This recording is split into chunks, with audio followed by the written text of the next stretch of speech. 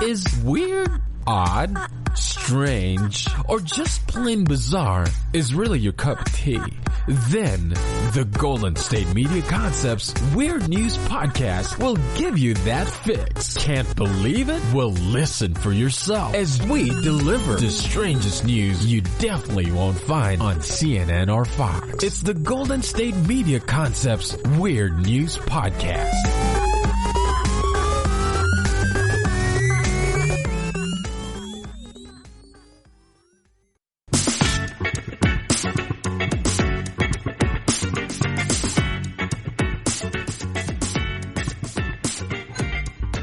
Weight, water is 90% oxygen, which means that when you are drowning on mostly oxygen.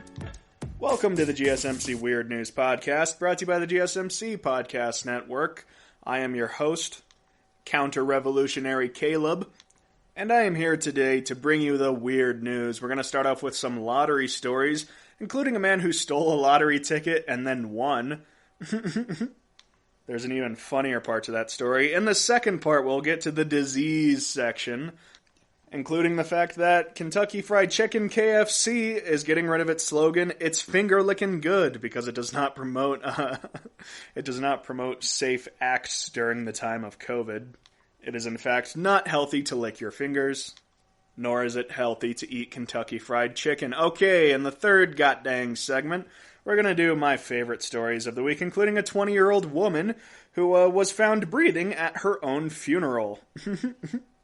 And then we're going to wrap up with my top 10 goddamn weirdest remedies ever used. The weirdest cures for diseases, some of which were not in fact cures, some of which were in fact heroin. So we'll get to those. Alright, so we're starting off with the first lottery ticket story, and this is in fact my Florida story of the week, in which a Florida man is arrested for cashing in his lottery ticket to a gas station that he stole it from. I guess I didn't need to tell you that that was my Florida story of the week. A Florida man was recently arrested for trying to cash in his winning lottery ticket at the same store that he had stolen it from, according to Florida police. The Clearwater Police Department in Florida wrote on Facebook, quote, "For most people, it's their lucky day when they win a scratch-off lottery ticket, but not for this man." I like how they say "for most people," as though most people end up winning lottery tickets. Anyways, the man was reported when trying to cash in the stolen ticket, and he was actually accused of stealing 13 scratch-off tickets in total, each of which from a Speedway convenience store in Clearwater, Florida. Following the man's arrest, he was charged for petite theft and dealing in stolen property. So he's not just being charged for stealing the item, he's also being charged for trying to get money out of the stolen item. The Clearwater Police Department went on to say on their Facebook post, quote, "It is safe to say that this is not in fact his lucky day." According to jail records from the county sheriff's office in Florida, the man was also charged with driving with a suspended license, and is now currently being held at the county jail awaiting a bail of $12,000. Hopefully he can bail himself out with that lottery ticket. Nevertheless, he will be awaiting trial, which may in fact take a while, according to the police force. Now, the funny thing about this story is that it was actually inspired by another story, it seems like, as earlier this year, back in March, a man from Ohio tried the exact same scheme. He stole a lottery ticket and tried to cash it in the next day. The Columbus Police Department in Ohio reported a suspect who allegedly, following a store employee around the counter, robbed him blind, stealing his lottery tickets and cash on hand. The man used a gun during this robbery, which makes him quite a bit more violent than the other man we talked about from Florida. However, that's where his assertiveness ended, as just one day later the man came back into an unspecified store and tried to cash in the same tickets that he stole. So note to self, if you steal lottery tickets, don't plan on cashing them in. It's not going to go well.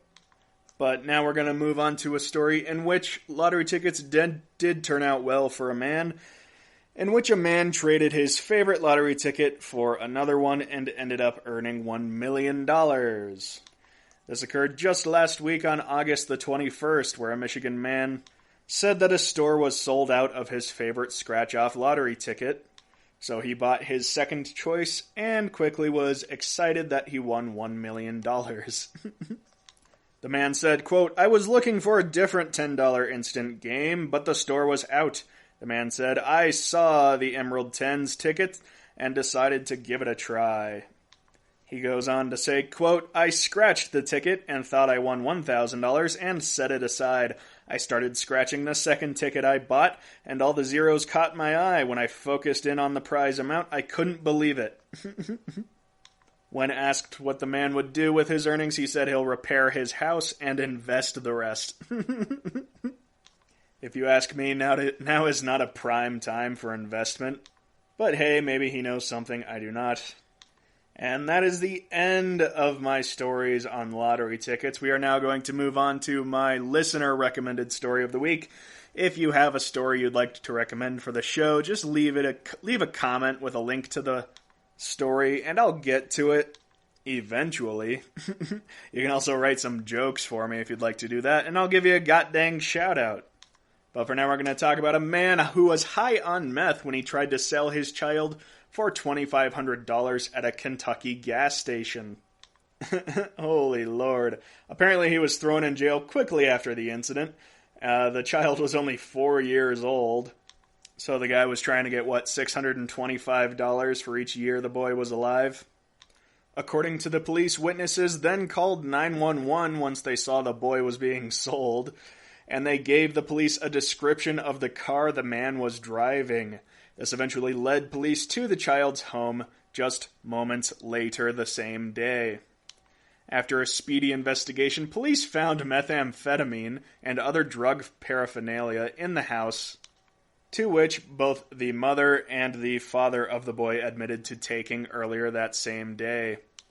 The man himself was charged with promoting human trafficking of a child under 18 years old and driving under the influence.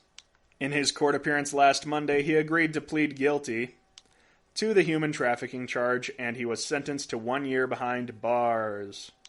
He was also charged with possession of methamphetamine, third-degree possession of controlled substances, possession of drug paraphernalia, and 2 counts of endangering the welfare of a minor. His wife was charged with all of the same crimes except for the trafficking crime, and both are being held at the Knox County Detention Center.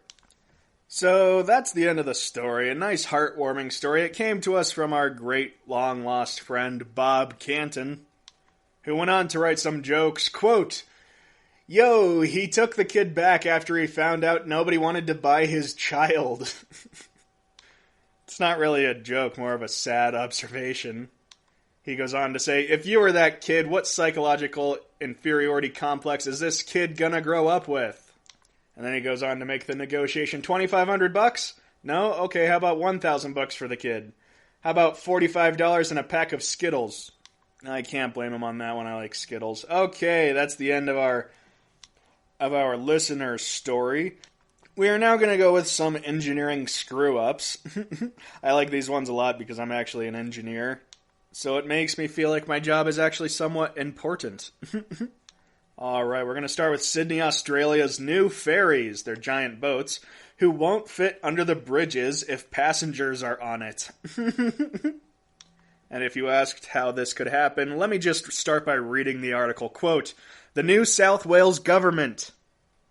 That's how it happened. "The New South Wales government has confirmed that 10 newly purchased ferries will not be able to safely pass under bridges along the Parramatta River if commuters are sitting atop the decks." So they bought 10 of these before, test driving it. I mean, really, these boats only need to do 2 things. They need to be able to float, and they need to be able to go under the bridges. They screwed up half of that. And they bought 10 of them. So although the main attraction of these ferries is in fact the upper decks, commuters must be called down before any boat goes under the bridge due to their low clearance levels. That is so terribly hilarious. What if the river rises like 5 feet? Then the boat can't pass under it at all? Anyways, the NSW Shadow Minister of Transport, Christopher Minns, has criticized the government's decision to purchase the ferries off the shelf rather than have them customly built. Quote, "This is another example of what happens when you buy off-the-shelf transport infrastructure from other countries. There are too many variables in our transport system." Dude, you just had to take a measuring tape to the bridge, spend like half an hour. Just send an intern out there with a measuring tape, and he'll come back and tell you how tall the boats cannot be. He goes on to say, quote, "We'd like the government to tell transport commuters what safety measures they are putting in place to keep commuters safe. It's hard to believe they went ahead with this order knowing that the ferries wouldn't fit under the bridge." So he's accusing them of knowing too much, which I think is really overstating the competence of government officials. You know, he's trying to assume malice on their part, but I think it's more just incompetence, and I think that's generally the best route to take when accusing people of this kind of thing. The man also goes on to say, now alongside late-running trains and COVID-ridden buses, commuters will have to worry about bridges knocking their heads off as they battle Sydney's transport. Certainly a dramatic character, but I like this fella. However, the spokesperson for the Transport for NSW responded to him, quote, "The process of customers moving to the lower deck between the bridges is already in place for the existing fleet of charter vessels currently used by the Sydney ferries. These charter vessels have a viewing deck, while other vessels by Sydney ferries on the river do not." He goes on to say that the ferries were purchased with the bridge clearance levels in mind. Despite this, the government opted to include the top deck in order to give passengers the option of open-air viewing for the rest of the journey. And this isn't the first time the NSW has been criticized for their transportation purchases.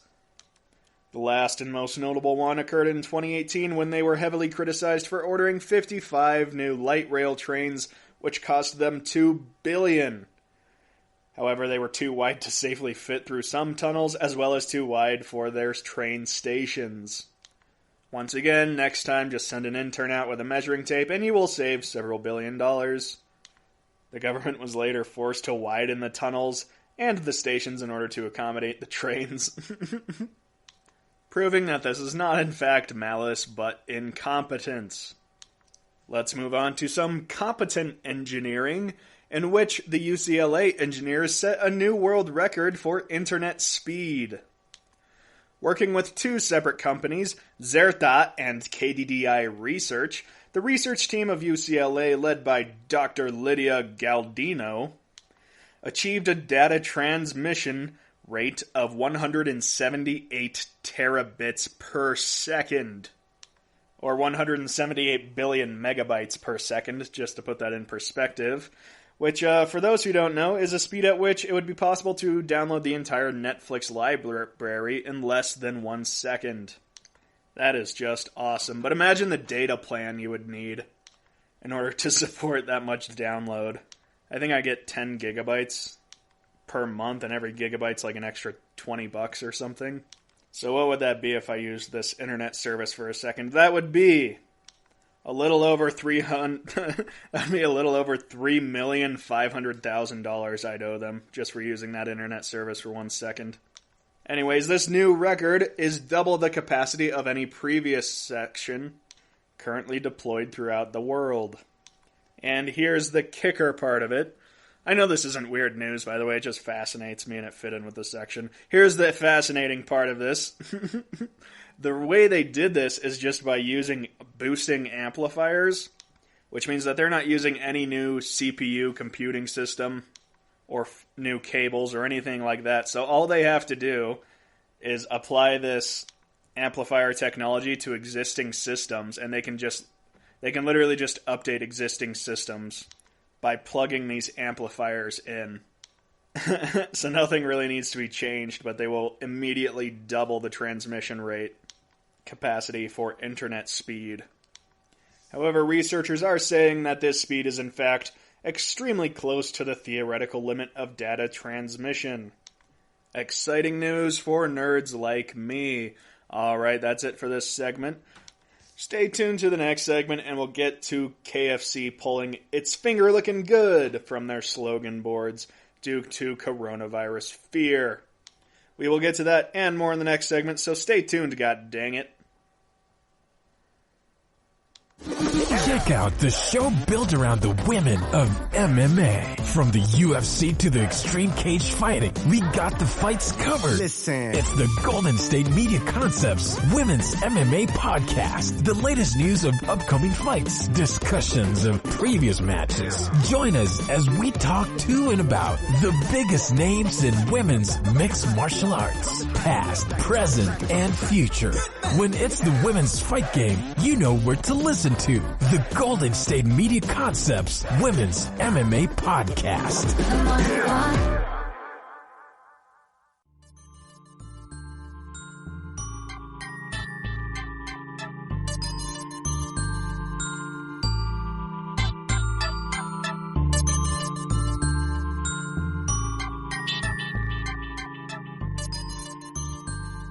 Water is comprised of hydrogen and oxygen, two explosives. When separate, and of course together as water, they have quite the opposite effect. Welcome back to the GSMC Weird News Podcast. I'm giving you some water facts this week, because I know that's what you're here for. No, you're here for KFC getting rid of their famous slogan, "Finger Licking Good." Why'd they get rid of their slogan? Well, as in all things occurring in 2020, it's due to the COVID-19 pandemic. Starting back on August 25th, the famous line will be torn away from any and all KFC advertising across the globe for the first time in the brand's history. The company explained in their statement, quote, "It felt a bit off given the current public health crisis." That is because due to COVID-19, you're supposed to be washing your hands, sanitizing your hands, not touching anything you don't have to touch, and most importantly, not sticking your hands in your mouth to lick them. In fact, it's so dangerous that it's said to be almost as dangerous as eating KFC. Anyways, KFC confirmed that it will later bring back their famous statement at an unknown date in the future. Quote, "The world has changed, times are tough, and everyone's needing to adapt, and that includes us." The KFC spokesman went on to say, "Our It's Finger Lickin' Good slogan has been used for around 64 years for good reasons. But we can all agree this year has been like no other, and right now, our slogan doesn't feel quite right. So, for that reason, we'll be pressing pause on using it in our advertising. For a bit, anyways." Of course, KFC is one of the largest fast food restaurants out there, being a subsidiary of Yum Brands Incorporated, which was founded by Colonel Harlan Sanders in 1952 in Kentucky. I've told this story before, but it's quite an interesting story. Colonel Sanders was broke and he got divorced and his child was mad at him. So he was gonna not live very long voluntarily, if you know what I mean. So what he did is he went to buy a gun, and on his way to the gun store, he remembered how popular his old chicken recipe was with some food truck guys, so he decided to try it out and franchise it, and now he's a billionaire. Well, not now he's dead. But anyways, the spokesperson goes on to say, quote, "We find ourselves in a unique situation having an iconic slogan that doesn't quite fit our current environment. In all seriousness, we think it's important to take a moment to have a little fun during these tough times. But rest assured, we'll still be providing finger-licking good chicken and a responsible experience for our amazing KFC family and customers here and around the world." So in his press conference about not using his slogan, he used his slogan.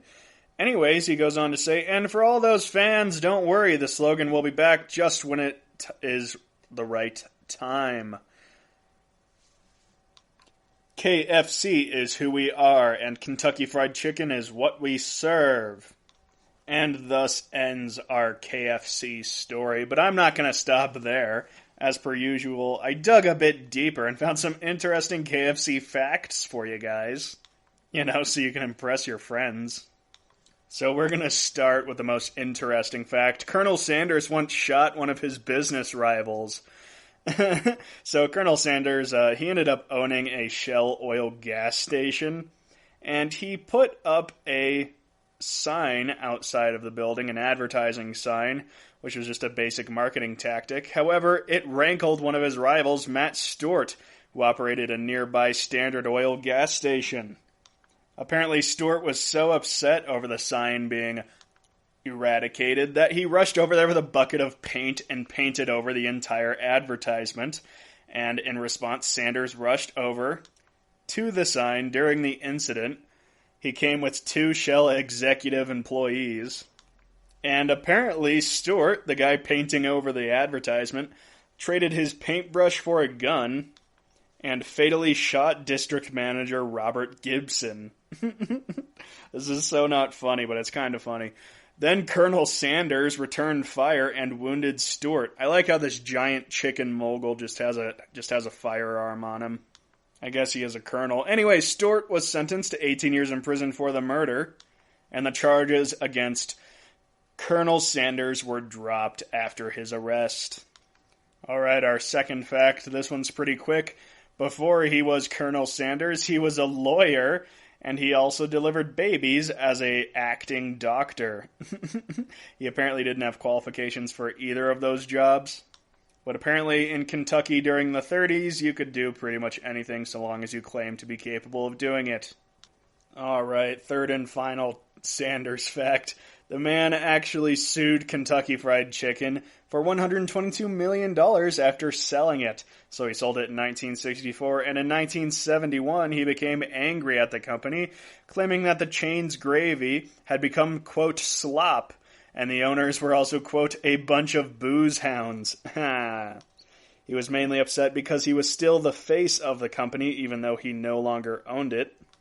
He got so steamed by the situation that he eventually opened up a competitive restaurant. So he was going to compete with his older restaurant, which he no longer owned. It was called the Colonel's Ladies Diner House.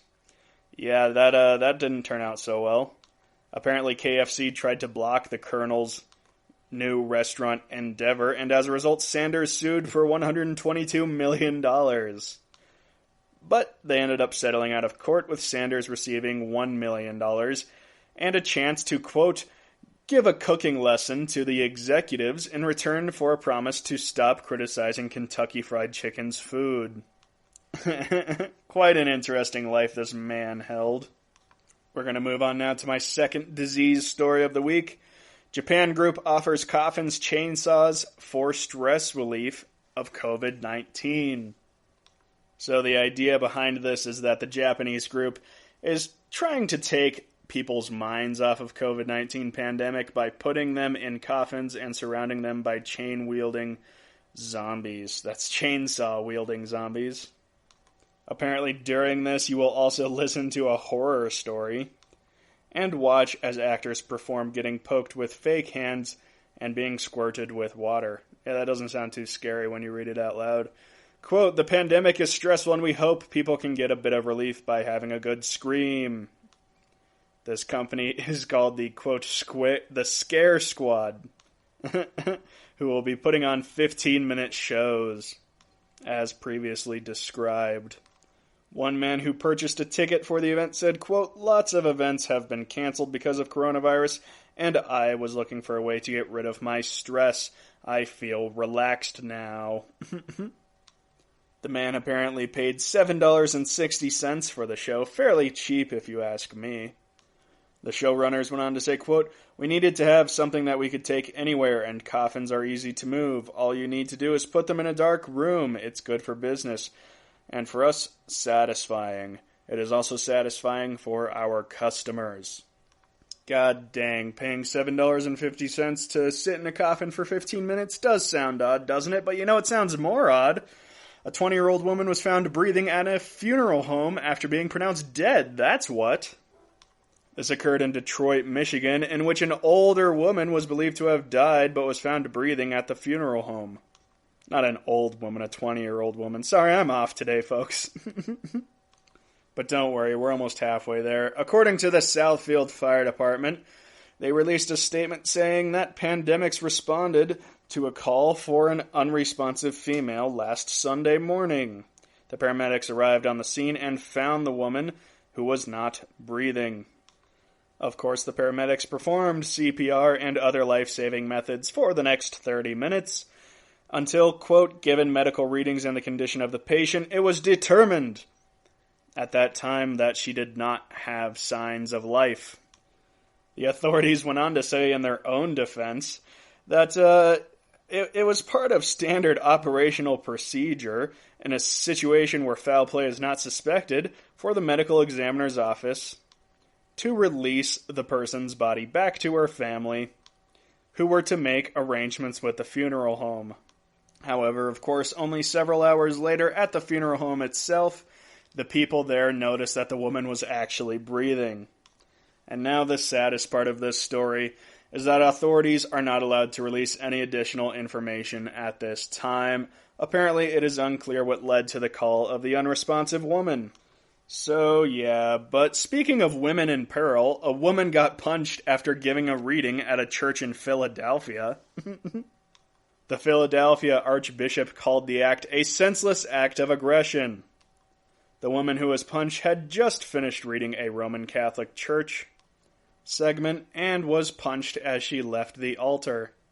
The attack took place last Sunday at the 11 a.m. Mass, and it was streamed live on Facebook, which means you can actually go online and watch footage of the incident happening live. I mean, you won't watch it live, but it happened live, which means some people got quite the interesting Sunday at-home Mass.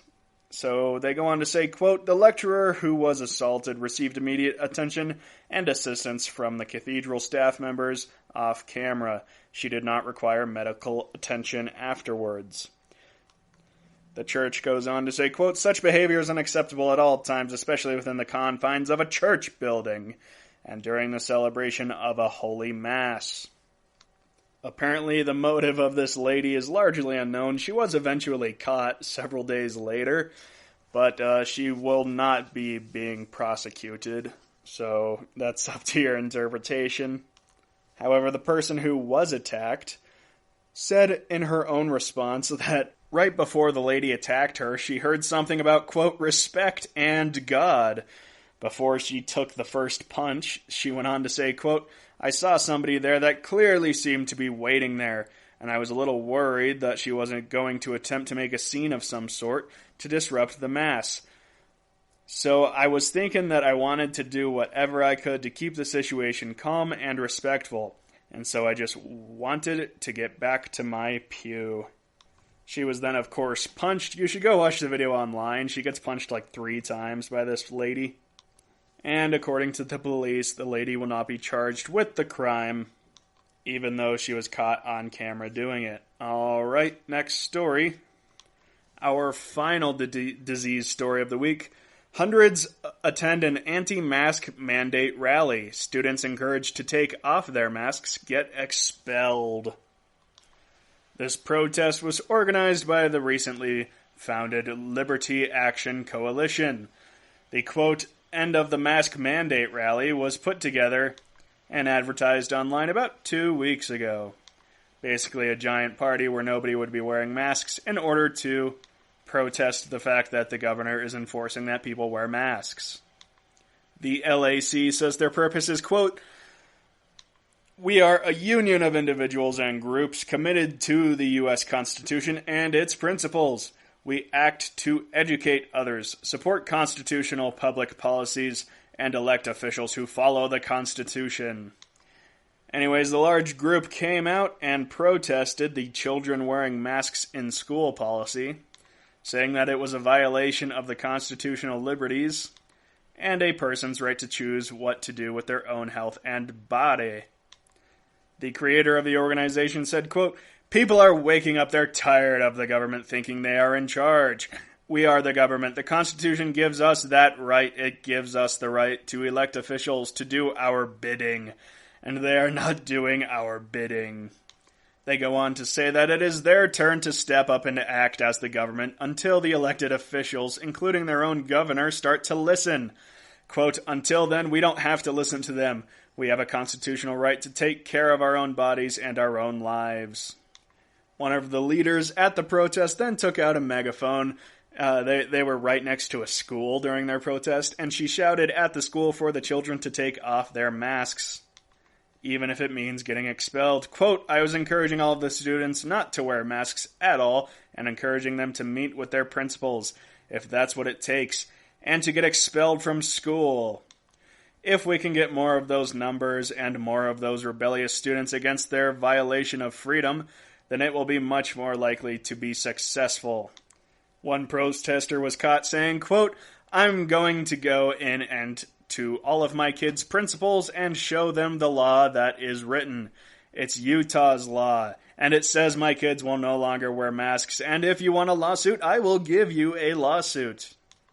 You can go online and look at all the pictures of these protesters. I'm going to read a few of the signs to you guys because I think they're kind of funny. One of them says, give me liberty or give me breath. She's saying she can't breathe with the mask on. Another one is of a kid who's holding a sign up that says, I refuse to be your experiment. This one's my favorite. Don't shame me for wanting to breathe fresh air. That one's pretty good. Another good one, rip off masks, not children. Yeah, quit ripping off all the children. Another one says, child lives matter, no masks. And then there's just a little girl staring at it. She's frowning. Maybe she's just upset that she has to go to a protest. She's probably not thinking of the issue and upset about it. You should go online. These images are pretty funny. Another one says, my children don't belong in jail just for trying to breathe. And then there's a lot of my body, my choice signs. Yeah, they're all pretty funny. Some of them are pretty good, like, I prefer dangerous freedom over peaceful slavery. I don't know if peaceful slavery is really a thing, but nevertheless, this is where we have gotten with our protests. Alright, we're going to go ahead and move on to the next section. Stay tuned, we're going to talk about teens who allegedly broke into a New Jersey petting zoo and let a bunch of animals loose and even put lipstick on a miniature pony. So that'll be nice and fun. Why don't you stay tuned for that, by God. Are you tired of the same old news? Are you sick of the seemingly endless political spin and negativity? The GSMC America's Still Beautiful podcast is a weekly news podcast covering all the top positive and uplifting news stories. We cover stories that will inspire, uplift, and remind you of the good in the world. Tune into the Golden State Media Concepts America's Still Beautiful podcast to get all the great and positive news stories of today. Download the GSMC America's Still Beautiful podcast on iTunes, Stitcher, SoundCloud, Google Play, or anywhere you find podcasts. Just type GSMC in the search bar.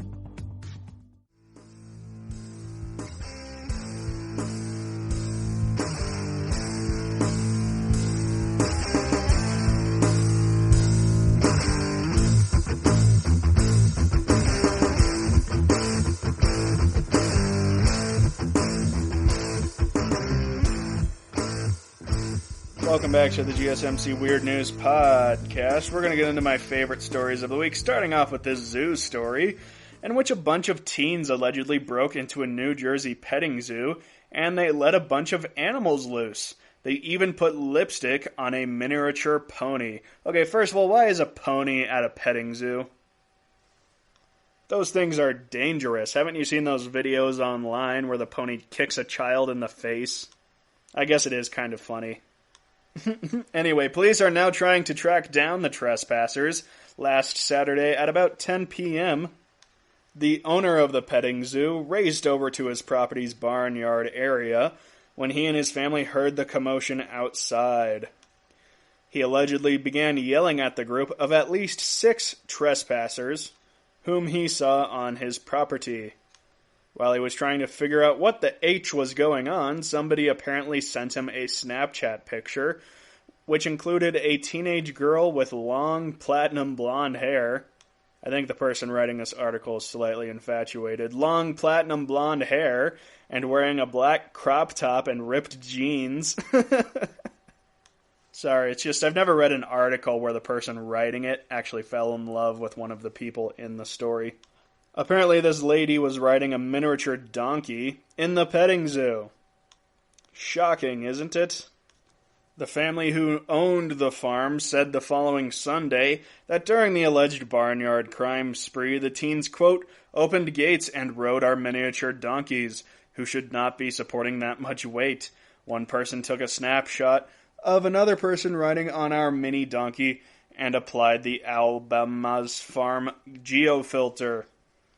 So Alabama is the name of the farm, by the way. The family goes on to say, quote, we caught 2 other trespassers trying to steal. When we called the police, however, the 2 fled the scene. So you didn't really catch them, did you? In fact, I think you just saw them. You saw 2 people trying to steal. The teens allegedly tried to steal tables and chairs from the property. And most importantly, according to the owners, the animals were all shooken up. That is so sad. Quote, couple of the animals you couldn't even get close to. They were all skittish. They were jumping around. We did a full count on the animals, and we're still trying to account for all of them. So it's just a frustrating thing. A couple of our animals got loose from gates left open, and after thoroughly searching this morning, all animals were accounted for. They went on to say that in response to the incident, quote, first and foremost, we are working farm men, and our 4 families live here. This is our home. Second, from a human safety standpoint, breaking into animal pens with no animal training is dangerous. Animals can kick, rear up, and trample you in the dark. Anything can happen. So that's going back to what I said earlier. You can go online and find videos of donkeys and even sheep and horses, small ponies, kicking children in the face. And although it is incredibly entertaining, it is not good for the children. They go on to say, third, our safety of our animals has been compromised, and that is not okay. Our animals are now shaken and skittish compared to their normal relaxed nature. This is very troubling to us. And saddest of all, the barnyard ended up being closed last Monday so a vet could examine the petting zoo's 60 animals, which includes rabbits, sheep, pigs, goats, and at least 1 miniature pony. The police department's detective is working to, quote, identify all the parties responsible. However, as of yet, no arrests have been made. However, they are said to have very strong leads, mainly because the people actually posted photos on Snapchat of, quote, a female party who was riding a donkey at the petting zoo and other persons who were involved. When interviewed by the Daily Voice, the owner of the farm got quite steamed, saying, quote, the sheer disrespect that some people have is truly infuriating. There are teenage pranks, and then there's something like this. Unfortunately for them, we have pictures and names, and we will follow through and make sure everyone is held accountable. These kids have to deal with what they did. Authorities this morning have finally identified the New Jersey teens who broke into the local farm and posed for the photos while riding and, quote, abusing the animals. One of the teens identified was only a 17-year-old student athlete who was identified after a number of her friends saw her Snapchat photo of the farm trespassing and riding of animals. Note to self, if you commit a crime, do not take a selfie of yourself committing the crime. Time for the next story. This one is supposed to be sadder than the last one, if even possible. I just find it funny, though. Quote, so much tear gas has been sprayed on Portland protesters that officials fear that it has polluted the water. So, of course, tear gas has been sprayed on protesters for about 2 months straight now in Portland and other northwestern states. In the defense of the Oregon Department of Environmental Quality, quote, there is no scientific precedent for the long-term exposure of tear gas on humans, as it is not meant to be used often, which has driven those who oversee Portland's water infrastructure to question whether or not this will have an effect on the pollution from the constant gassings. Apparently on July 30th, environmental regulators in Oregon sent a message to the city of Portland saying that in response to the unprecedented amount of gas used by the city's police against civil rights protesters who assembled there in May and June, the officials wanted a thorough investigation to make sure chemicals did not cause lasting harm to the environment.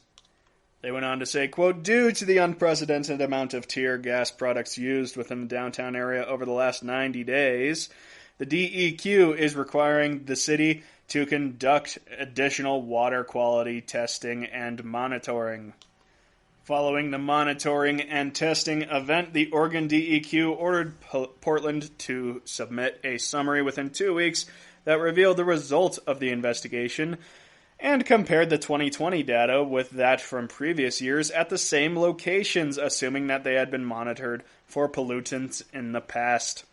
Quote, if a rain event that is likely to result in a discharge to the Willamette River occurs prior to the plan approval by DEQ, the city must contact DEQ and conduct the monitoring described above.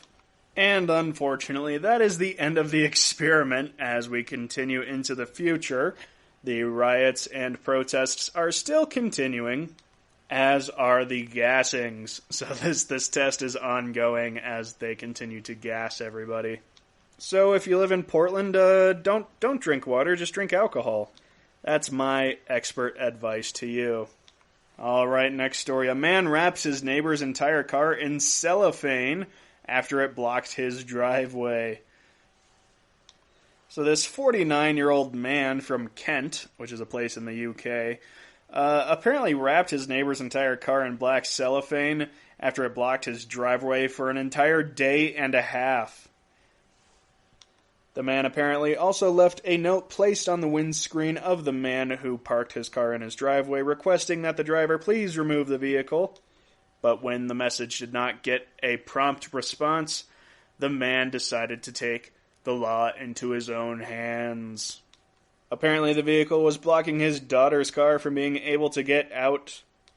The man was further upset due to the fact that he already had put up signs asking people not to park in his driveway.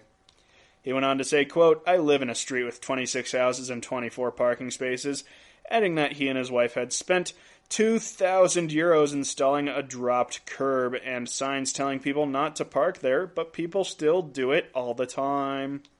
He went on to say, quote, at least 2 or 3 times a week, we would find some idiot blocking us in.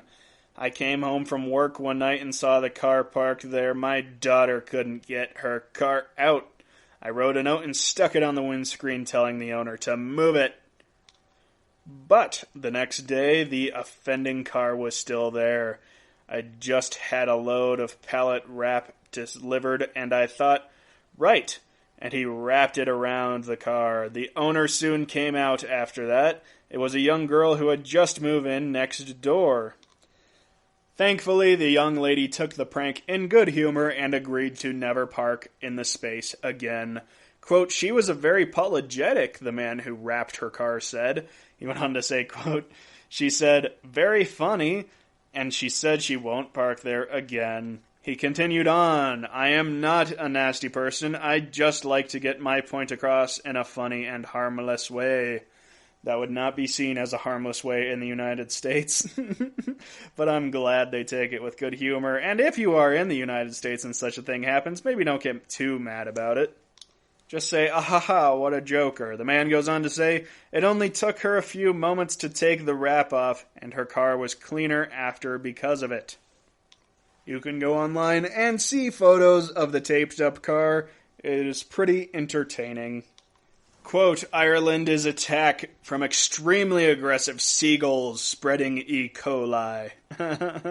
So apparently reports of extremely aggressive seagulls have been popping up all over Ireland and other areas in the United Kingdom. This occurred to the point where the pest control provider Retknall has issued a warning for the public to beware of the seagulls. Apparently this is due to the fact that around this time of year, the seagulls get a ton of children all of a sudden. It's just after their mating season, so this apparently makes them incredibly aggressive. The government went on to say that, quote, they are more likely to harass members of the public for food, or in extreme circumstances, randomly attack. I know that sounds kind of goofy, but one time I was at goddamn Laguna Beach, California. We were sitting there just eating pizzas, my entire family, and then a seagull flew down and took a pizza out of my sister's hands. They will do that. Beware of the seagulls. This is particularly scary during the time of disease, where apparently these birds are spreading E. coli faster than ever previously recorded in Ireland. Figures published by the Irish Mirror indicate a 12% rise in call-out of this kind, with Dublin seeing a 49% increase, which is just brutal, especially if you assume that people are tending to stay inside during the COVID pandemic. One field consultant on the situation said, quote, as lockdown restrictions are lifted and people start spending more time outside, this is the period of time when people and seagulls are most likely to cross paths. I live in Colorado, so we don't worry about seagulls. We worry about bears and mountain lions and bobcats and coyotes and wolves and damn dirty pot-smoking hippies. We simply don't have enough time for goddamn seagulls. He goes on to say, quote, to discourage the presence of seagulls and other pest birds from your home or business, keep any possible food sources well hidden and ensure bin lids are secure and rubbish bags are not left open. Gulls have sharp beaks that will make short work of bin bags. Holy Lord, that was a beautiful ending to the weird news of the day. Stay tuned to the next segment where I'll give you my top 10 most bizarre, oddest, and weirdest medical practices that were used in the past in order to save people's lives. Many of them did not save people's lives, but we will get to that if you stay tuned. The GSMC Life and Happiness podcast takes you on a journey of exploration. We'll discuss tried and true methods alongside the latest trends of how to best live your life to its fullest and happiest. From psychology to meditation, science to self-help books, the GSMC Life and Happiness podcast will help you to discover what makes you happy and how you can live life being the best you possible. Download the GSMC Life and Happiness podcast on iTunes, Stitcher, SoundCloud, Google Play, or anywhere you find podcasts. Just type GSMC in the search bar.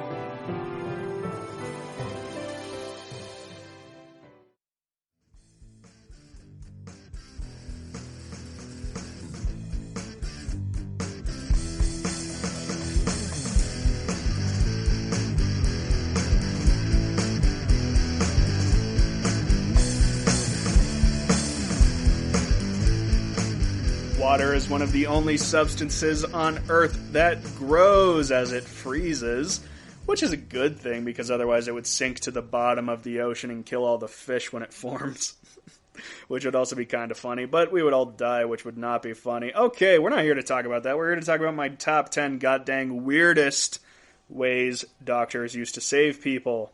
Some of the weirdest medicines of the past. Number 10...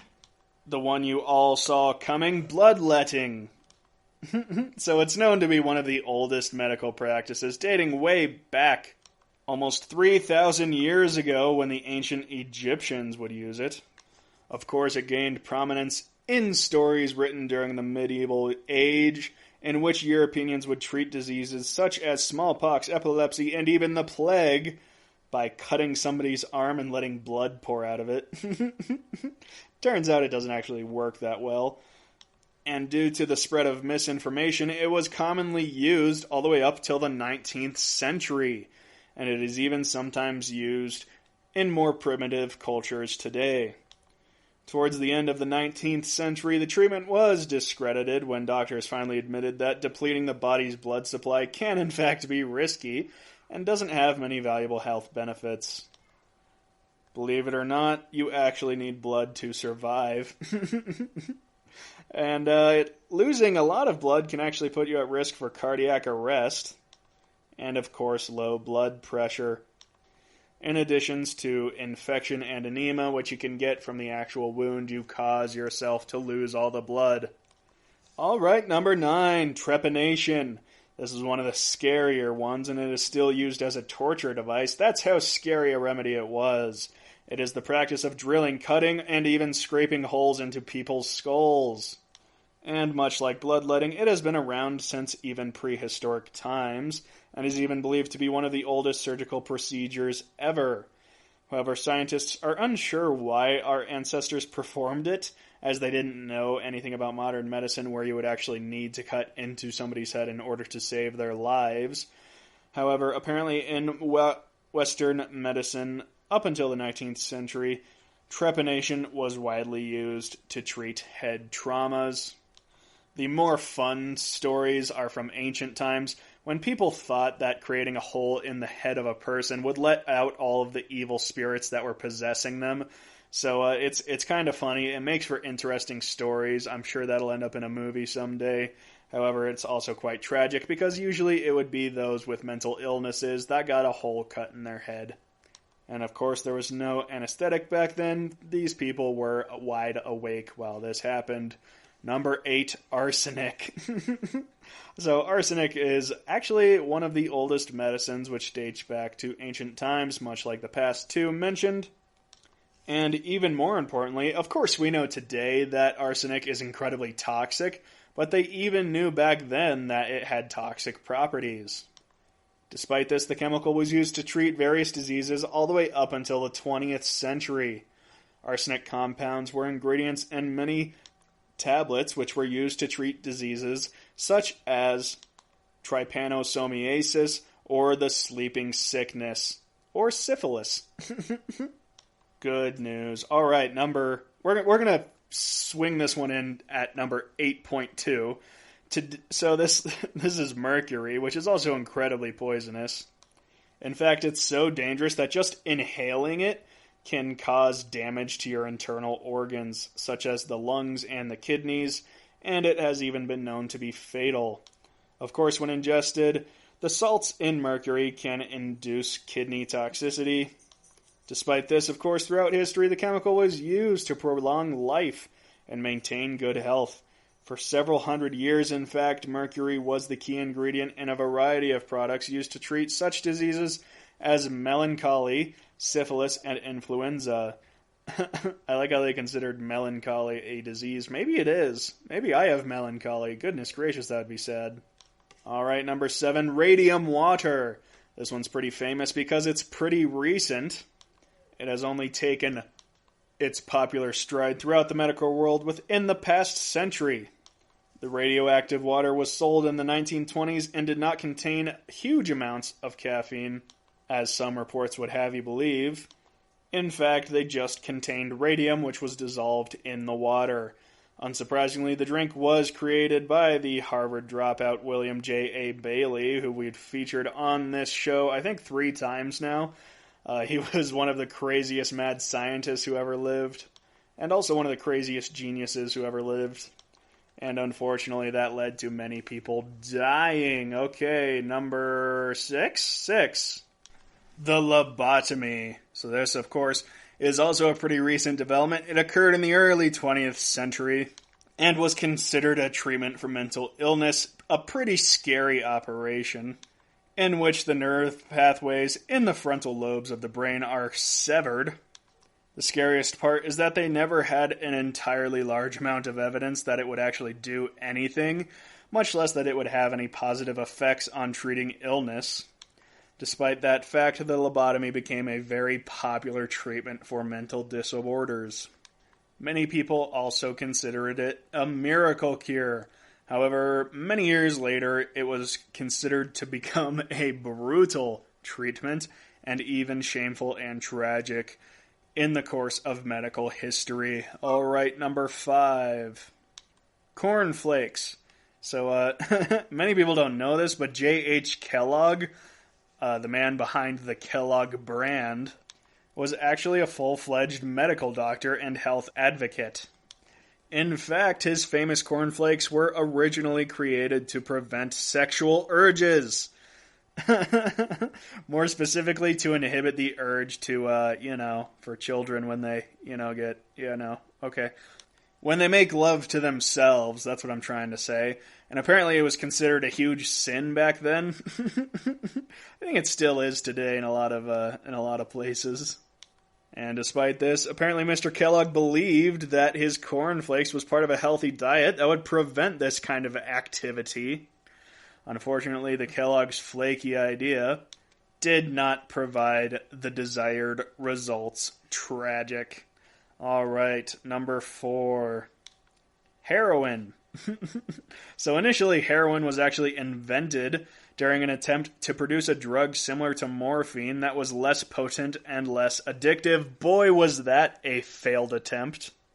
Of course, it turned out to be 2 times more potent than morphine itself, and of course, way more addictive.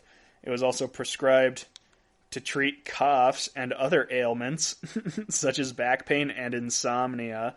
However, it actually caused more insomnia than it fixed. Between 1898 and 1910, the cough syrups made with heroin were marketed as a non-addictive morphine substitute and quickly became the cause of one of the highest addiction rates among all medical device users. Many people still use heroin today, not really heroin, other opioids today, in order to, prevent yourself from being crippled by pain. I believe fentanyl is an opioid. It kills a lot of people every year. I'm pretty sure that's how Prince died, the musical artist Prince. And I know several people personally who have been prescribed fentanyl, so it's still used sometimes today, just perhaps not in its rawest form of cough medicine. Although that would be the best cough medicine ever. Alright, number 3. Vin Mariani. So this was a tonic that was introduced in 1863. And for those who don't know, it's actually just wine. But it was advertised as both wine and as a general cure-all product, promising to treat whatever ailment you may have. And of course, due to a lack of information, the tonic quickly became a sensation and was widely endorsed, used among many famous people of the time. Even the Pope and Thomas Edison claimed that it was a miracle cure. And it is even rumored that the tonic inspired the invention of Coca-Cola. The recent health studies have done a series of tests on the wine to see why it was endorsed by so many people, and the answer came back screaming, cocaine! The drink contained around 6 milligrams of cocaine per fluid ounce of wine, which is just insane. That would be incredibly expensive today. That is all I have for the French tonic wine, but we will get back to cocaine in just a minute. Number 2, tapeworms. This one's kind of gross, but I think it's really funny. But apparently during Victorian times, people came up with several radical solutions to reduce weight due to the fact that everybody was getting fat due to the growth and prosperity of the time. And their idea was tapeworms. The idea became pretty well known. The idea was that a person would eat a tapeworm egg so that when the parasite hatched, it would grow inside of that person's intestines and start to ingest whatever the person would eat, which would allegedly allow the person to lose weight without decreasing the amount of food they eat. Of course, it is well known today that tapeworms can be dangerous and, of course, disgusting, and even sometimes lethal. However, this questionable practice is still used today. Dun dun dun. Of course, I've never understood this theory that a tapeworm would help you lose weight. I mean, the tapeworm is in you, so if it eats the food that you eat, it's still in you. So the tapeworm gets heavier with that weight. You don't lose weight, do you? It doesn't make sense. All the weight that you've lost was gained by something that's in you, so you end up gaining the weight anyways.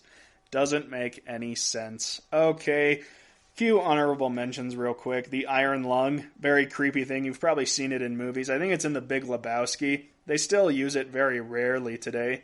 But during the time of polio, the iron lung was used to keep children breathing. Pretty important, but also really scary to look at.